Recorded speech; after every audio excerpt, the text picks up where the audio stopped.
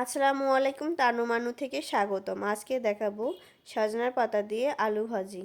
প্রথমে আমরা সজনার পাতাটা পরিষ্কার করে ধুয়ে নিলাম। তারপরে আলু কুচি করে নিয়েছি।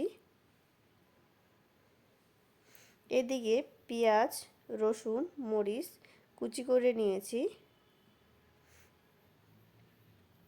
দিয়ে দিলাম আমরা রসুন, পেঁয়াজ, মরিচের ফালি, স্বাদ মতো লবণ, হলুদের গুঁড়া, ধনিয়া মশলা,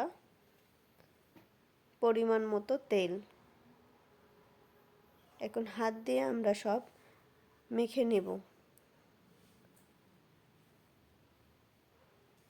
দেখেন কত সুন্দর লাগতেছে, জিভে জল আসতেছে।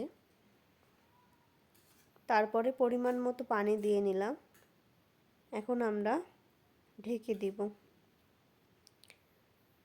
10-15 মিনিট পর রান্না হওয়ার পর এখন আমরা ঢাকনাটা তুলব, দেখব নাড়াচাড়া করে পানিটুকু কতটুকু শুকিয়ে গেছে। এখন একটু আছে, একটু নাড়াচাড়া করে আবার ঢেকে দিলাম। একটু পর আবার তুলব, একটু ধনিয়া মশলা দিয়ে আবার সুন্দর করে নেড়েচেড়ে আমাদের রান্নাটা প্রায় শেষ। দেখেন কত সুন্দর লাগতেছে, খাবারটা অনেক টেস্টি। আমাদের পাশে থাকুন, ধন্যবাদ।